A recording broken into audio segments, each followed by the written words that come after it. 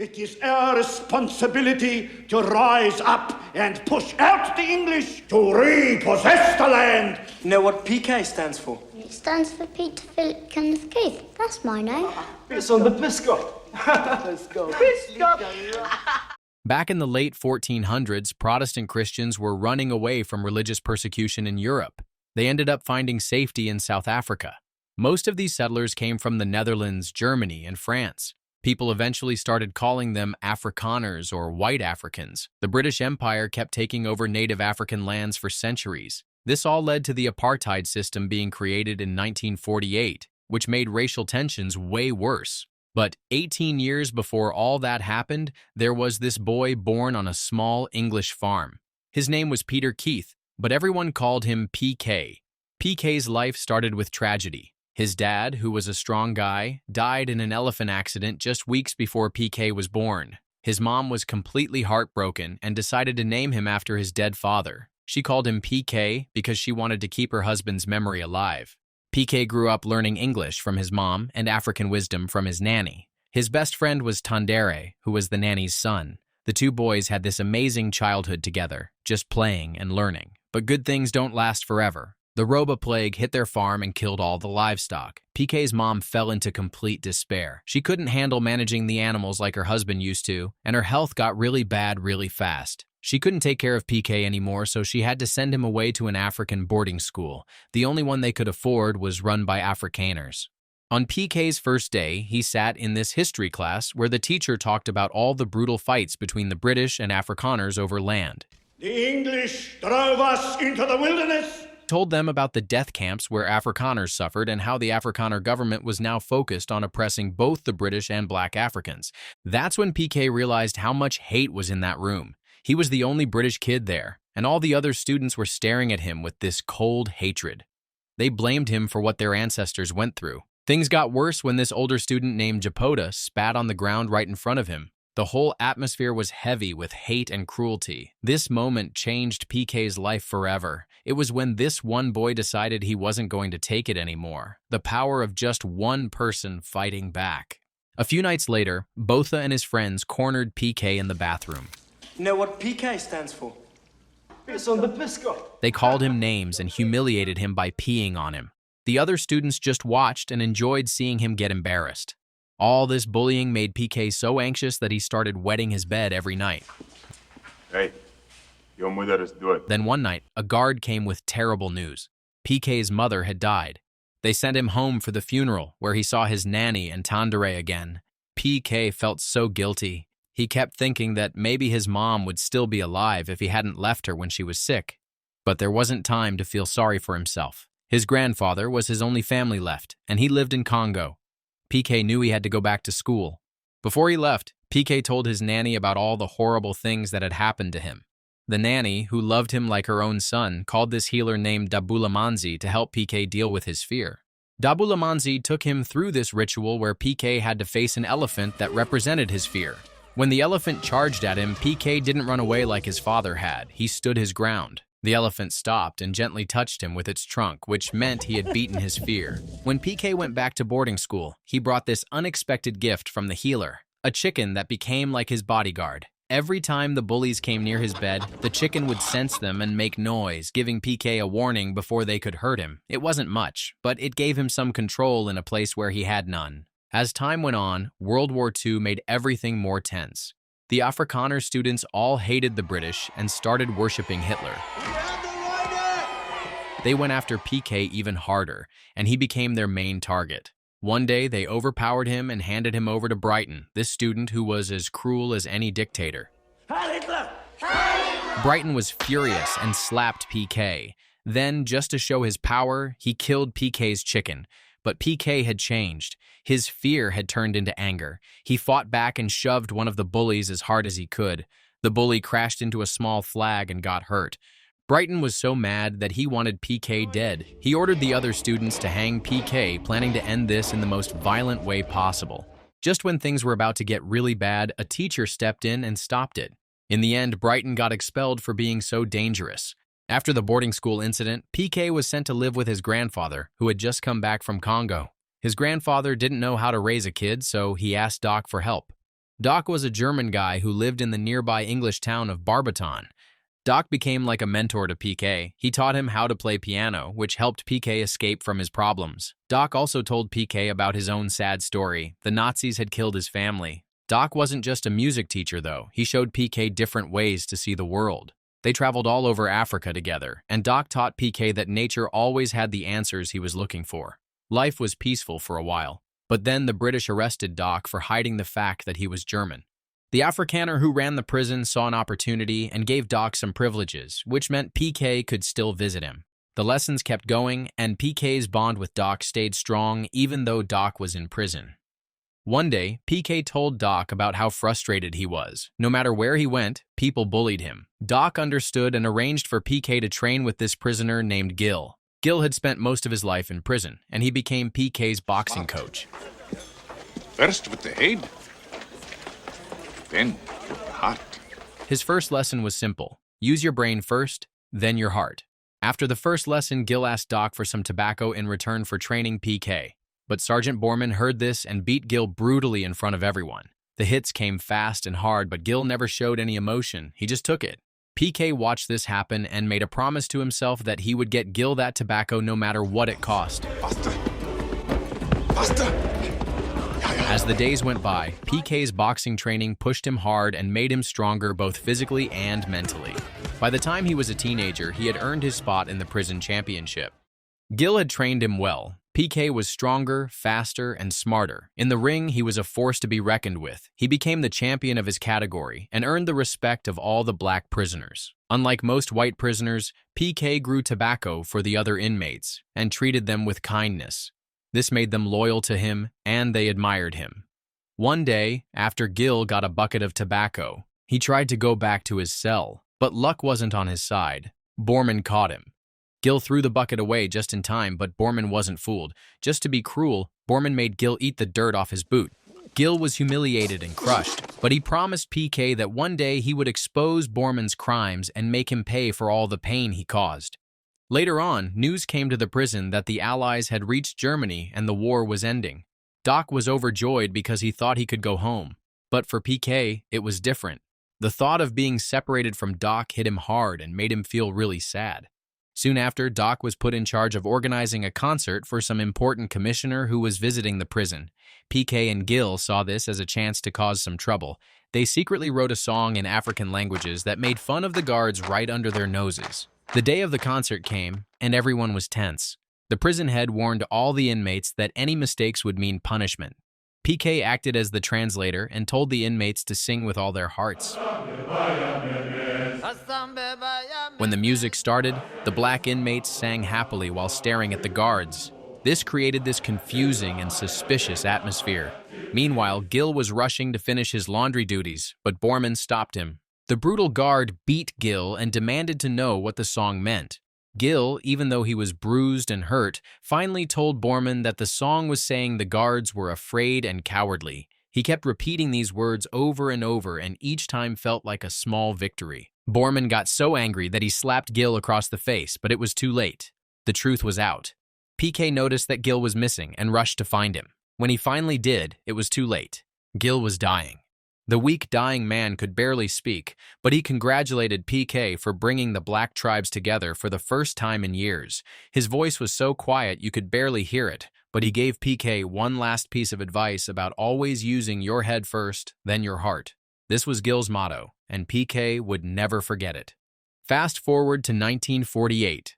PK was now a young man studying at an English school in Johannesburg. He stood in front of his classmates and the headmaster, telling them about everything that had shaped his life. The headmaster was curious and asked what happened to Borman.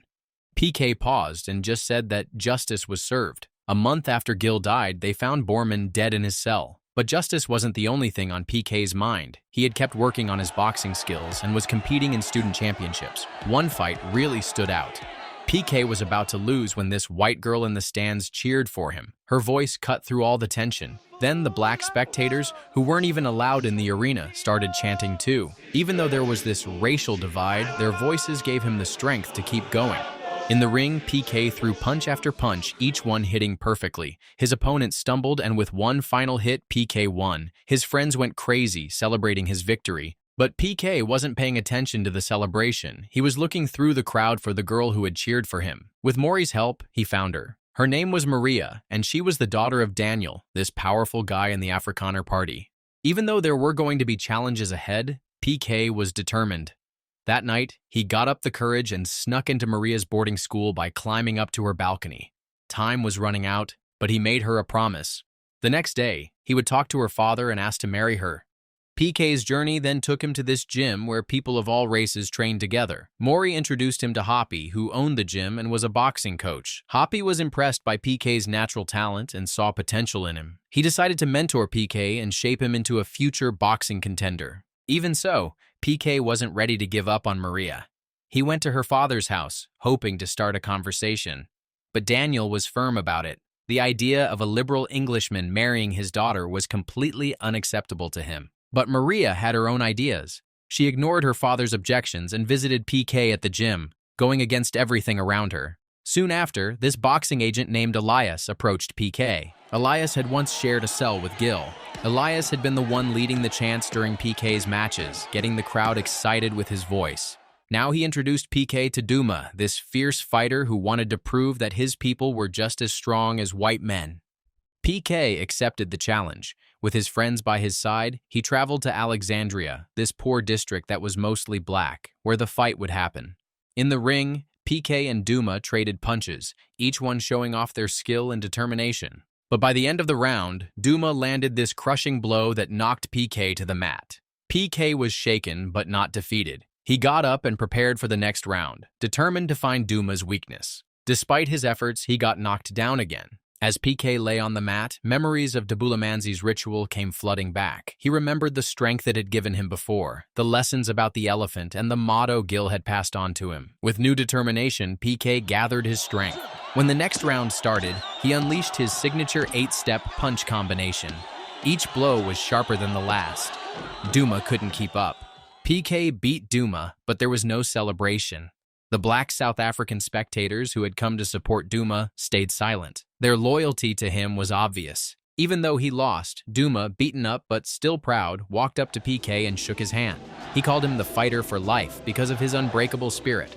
To PK's surprise, news about his victories in the prison fights had spread quickly in the black community. Gil had shared his story, making PK seem like this legendary figure who had united the tribes, a symbol of strength and hope. Soon after, PK went back to the boarding school because he wanted to see Maria again.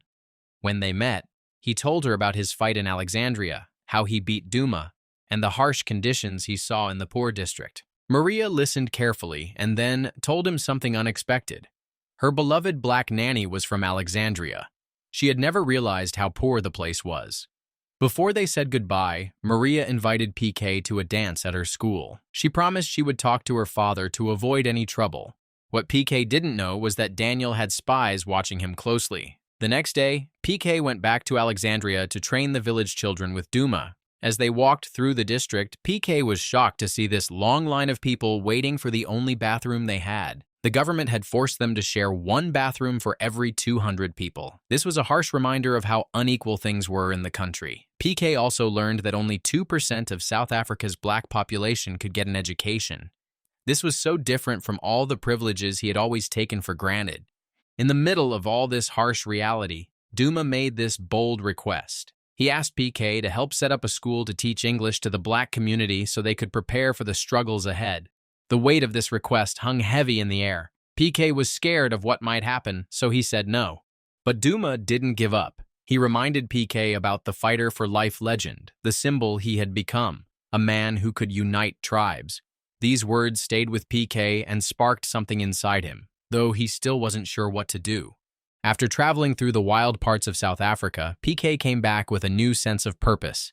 He went to the headmaster and secretly asked if black South African students could be allowed into the school. The headmaster agreed to PK's request, but there was a price. PK had to turn down Maria's invitation to the upcoming dance. Maria was obviously hurt, and the disappointment between them grew, creating this unspoken distance. That evening, Maria went to a family dinner where the air was thick with tension.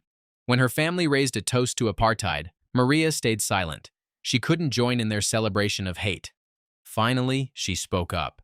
She told them that she had visited Alexandria and passionately argued that black South Africans deserved better than all the hatred they faced. Her words shocked the room. Her father was furious and slapped her across the face. Meanwhile, PK and Maury welcomed Duma and his friends from Alexandria to the English school. This was a bold act of defiance that felt both exciting and dangerous. During class, Maria unexpectedly showed up and offered to help with the teaching. Even though there was this growing rift between them, PK couldn't help but appreciate that she was willing to help. The next day, PK got called to the headmaster's office. The news hit him like a punch to the gut. The school had received orders from Colonel Botha and his assistant Brighton to stop teaching black South Africans. Botha and Brighton were the same men who had tormented PK when he was young. Now they were working for Daniel, Maria's father, as spies to intimidate PK and Maury. The next day, the headmaster called PK and Maury to his office with surprising news. Both of them had been awarded scholarships to Oxford. The chance to study in England was like a dream come true. It offered them a way out of the suffocating oppression of South Africa. But that dream was quickly overshadowed by the storm that was about to hit. Brighton burst into PK's gym, filled with rage. He blamed PK for getting him expelled from boarding school. His hatred had been building up for years. With soldiers by his side, Brighton and his men beat up several boxers and made it clear they were determined to shut down the mixed-race gym. They used violence to send this brutal message of power and fear. Shaken by the threats, PK secretly visited Maria, hoping to convince her to come with him to England. The scholarship was their chance to escape and break free from the danger in South Africa. Meanwhile, Hoppy, the gym owner, decided to take a stand. He painted this bold mural on the gym's wall showing a white man and a black South African standing together. It was direct defiance of the authorities. But soon after, Brighton and his soldiers showed up, threw everyone out of the gym, and set it on fire. They arrested Hoppy and dragged him away while he watched helplessly as the flames destroyed everything.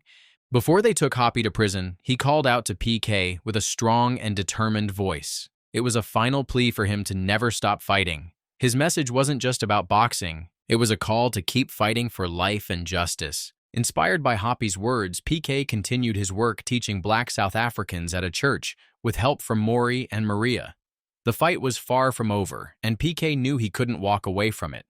Everything seemed to be going well until Colonel Botha and his men raided the church. The air was thick with tension, and a confrontation was about to happen. In all the chaos, a punch that was meant for PK hit Maria instead. The force of the blow killed her instantly, leaving PK completely devastated. Consumed by grief, PK went to Maria's funeral. As he stood by her grave, Daniel, Maria's father, was furious and broken. He charged at PK with a shovel, ready to hit him. But just as the blow was about to land, the sound of singing filled the air. A crowd of black South Africans from Alexandria, the very people PK had taught, gathered to honor Maria. Their unity and respect stopped Daniel cold. For PK, the tragedy was too much. The revolution he had fought so hard for now felt impossible. Losing Maria crushed his spirit, and he couldn't bring himself to continue the fight. But later, when PK visited Duma to tell him about his plan to leave for Oxford, something changed. Watching the children in Alexandria speak the very language he had taught them made him realize his work wasn't done. The fight for change, for education, for freedom still burned inside him. He couldn't walk away. The struggle had to continue. Then one afternoon, the city was thrown into chaos. Military forces stormed the streets, shooting black residents while they searched for PK. PK fought to escape, weaving through the crowd and dodging soldiers. In the middle of all the chaos, Brighton shot Duma in the leg. Despite the pain, Duma refused to stop. The black South Africans, united by their cause, rallied around PK and resisted the soldiers with fierce determination. As the battle went on, Duma, who had recovered, reached Colonel Botha. In a surge of strength, Duma stabbed Botha with a spear, giving them a brief moment of triumph. Meanwhile, Brighton stood over Elias, getting ready to execute him. The air was thick with tension. In the middle of all the chaos, PK finally faced Brighton, locking eyes with the man who had tormented him for so long. With pure force and determination, PK took Brighton down with nothing but his bare hands. But Brighton wasn't finished. In a final act of desperation, he grabbed a pistol from a fallen soldier and aimed it straight at PK. Just as he was about to pull the trigger, Duma appeared out of nowhere with a cricket bat in his hands. With one powerful swing, he hit Brighton and killed him instantly. As the violence in Alexandria began to calm down, PK and Duma, beaten up but not broken, managed to escape the bloodshed. They made a promise to each other. No matter what it cost, they would keep fighting against apartheid, determined to end racial injustice for good. The moral of the story is that fear can be defeated, unlikely allies can become heroes, and sometimes the simplest tools can make the greatest difference in fighting injustice.